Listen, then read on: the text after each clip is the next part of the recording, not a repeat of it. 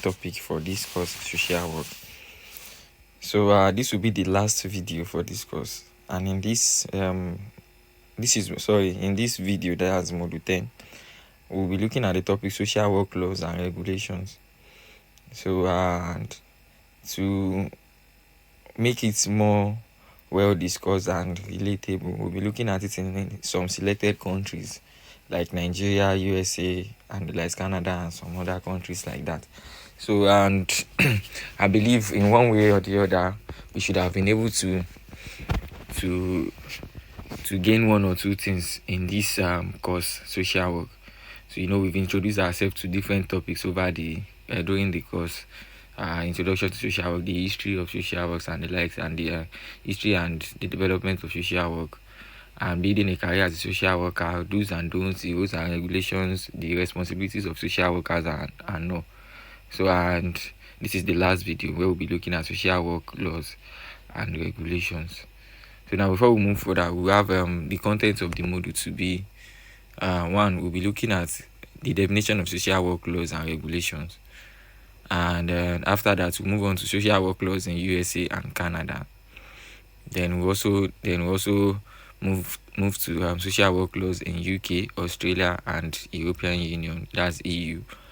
And after that, we'll move on to laws in Nigeria, social work laws in Nigeria, and comparative analysis.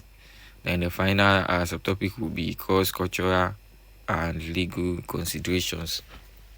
So just like I've mentioned initially, that there are some countries will be selected as instances and examples so that we can easily relate to these laws and know, irrespective of where we are reading or receiving this lecture from. So now let's move on to the introduction part of the module 10. We have it that social work laws and regulations in UK, in Canada, in US, the United States, and Nigeria, they represent a diverse approach to governing a profession that is dedicated to supporting vulnerable individuals, families, and communities while upholding public protection, ethical standards, and social justice. So in short, let's move on before I'll try to explain that. In the United Kingdom, social work is regulated through country-specific bodies such as Social Work England, and they maintain a mandatory public registration, sets professional standards, approves education programs, and handle fitness to practice concerns, with a strong emphasis on human rights under the Human Rights Act 1998 and data protection via the Data Protection Act 2018, incorporating GDPR principles.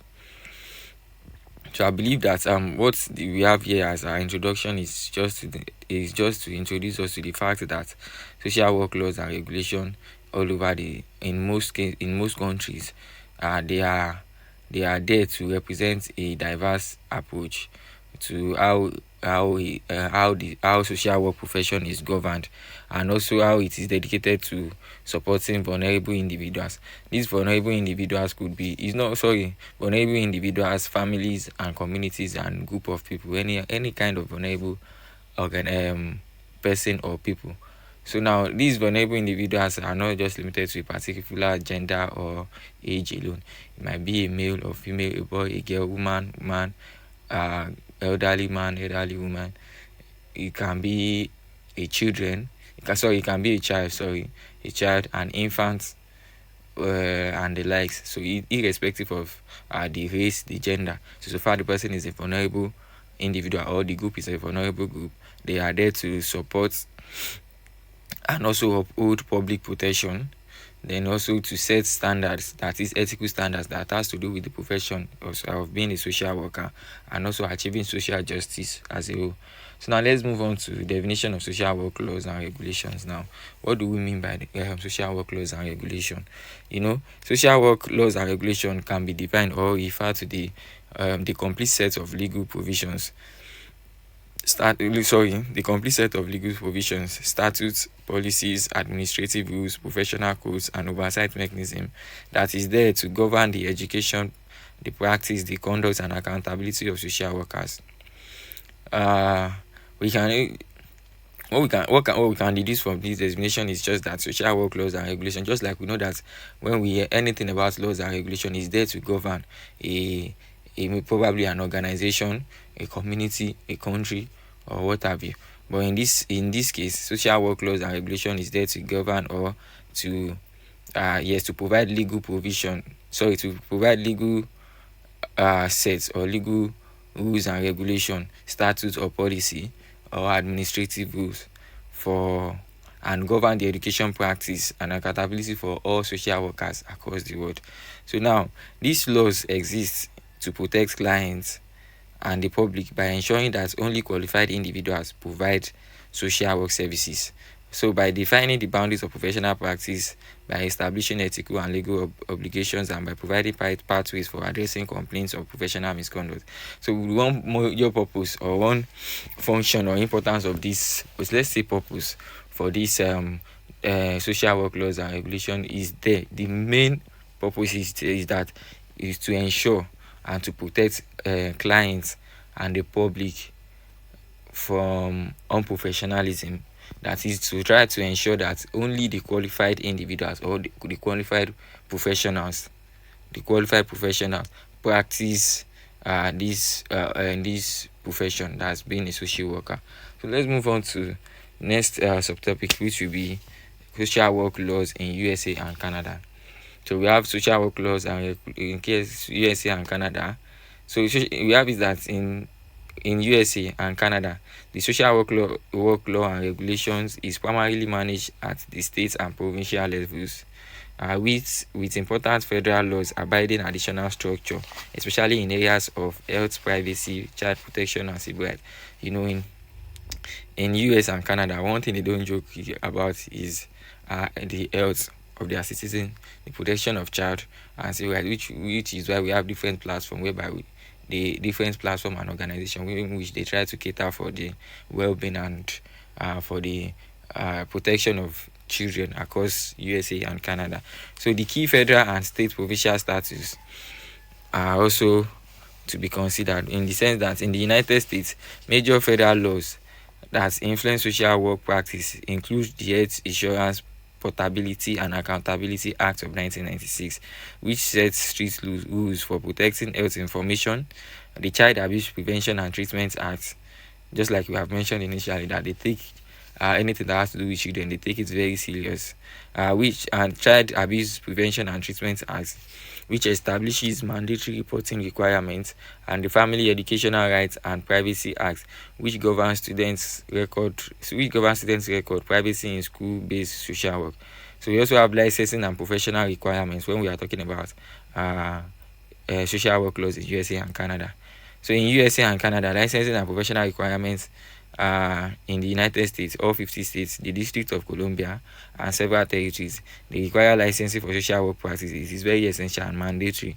So requirements generally include the following, which we can see: graduation from a program accredited by the Council of Social Work Education, not just any program, but a program that is verified, that is recognized and accredited by the social work education, that is which could be at bachelor's or master's level. So and also supervised clinical or generalist experience, often 2,000 to 4,000 hours, depending on the license category that the individual is trying to acquire. So now let's move to social work laws in UK, Australia, and European Union. When we are talking about social work law and regulation in this jurisdiction, it places social work laws and regulation places strong emphasis on human rights principle, data protection, and professional standard, while also allowing some national variations in this particular jurisdiction, that is the UK, the Australia, and the European Union. Human rights is very essential. The emphasis is laid on that, and data protection, make sure that everything is in record and it is being protected well enough to the standard of professionalism. So we also have human rights. Let's look at human rights frameworks now as an example of social work laws in UK, Australia, and European Union. In UK, the human rights Act 1998 incorporates the European Convention on Human Rights into domestic laws, requiring social workers to uphold rights to private and family life, freedom from discrimination, and protection from inhuman or degrading treatment. This is to show you how the level or the status at which they take social being the profession of social worker as very important. Now we move on to data protection and welfare laws. So now the United Kingdom it operates under the Data Protection Act 2018, which implements the General Data Protection Regulation principle while adding specific provisions for social work and safeguarding it. This is not just limited to UK alone; it is also related to Australia and the European Union as a whole. Now let's move to laws in Nigeria and comparative analysis. In this subtopic, we will also considering and justifying the social work laws and regulation in Nigeria. We have talked about US, Canada, European Union, UK, and Australia. But now let's move to Nigeria. The Nigeria Social Work Legal Framework is anchored in the 1999 Constitution of the Federal Republic of Nigeria, just like we all know that we are using the 1999 Constitution till this particular moment. As amended, particularly Chapter 2, which contains the fundamental objectives and directive principles of state policies, Section 14, 2, 16, and 17, and commits the state to promoting welfare, providing adequate medical and health facilities, ensuring suitable employment opportunities, and providing social security and welfare services for vulnerable groups, including the aged, the disabled, and unemployed. The key pieces of legislation include the Child Rights Act 2003, which has been domesticated in 26 states and Federal Capital Territory, that's FCT, Abuja, and provides comprehensive protection against child abuse, child labor, early marriage, and trafficking. The violence against persons is prohibited. What we are trying to analyze here is that in Nigeria is also playing their part in making sure that there are some kind of laws that is related to social work and human rights, child abuse and all, so that the social workers can adequately work to the extent to the extent of their potential. Let's put it that way. So now we have some of these instances that were listed. We have comprehensive protection against child abuse, child labor, early marriage, and trafficking. And if we look at it very well in Nigeria, these things, Nigeria is also trying their possible, being an African country and giant of Africa, they are trying mostly their possible best to try to curb all these things. And we can see it's two different two different organizations, two different NGOs, non-governmental organizations, and even some governmental organizations, some healthcare sectors, that they try to provide all these necessary health and well-being for the young ones or the vulnerable ones, being the old one. We can see some kind of federal orientation for the or general government orientation for the young ones, for the students, and no for the young ones, the children, and how they can actually live a comfortable life, way to make sure that they are not abused, how to report any form of abuse to their parents or to the next person that they trust, and all. They try to do this kind of orientation. And there are some different there are also different mental health programs where we have the aged ones.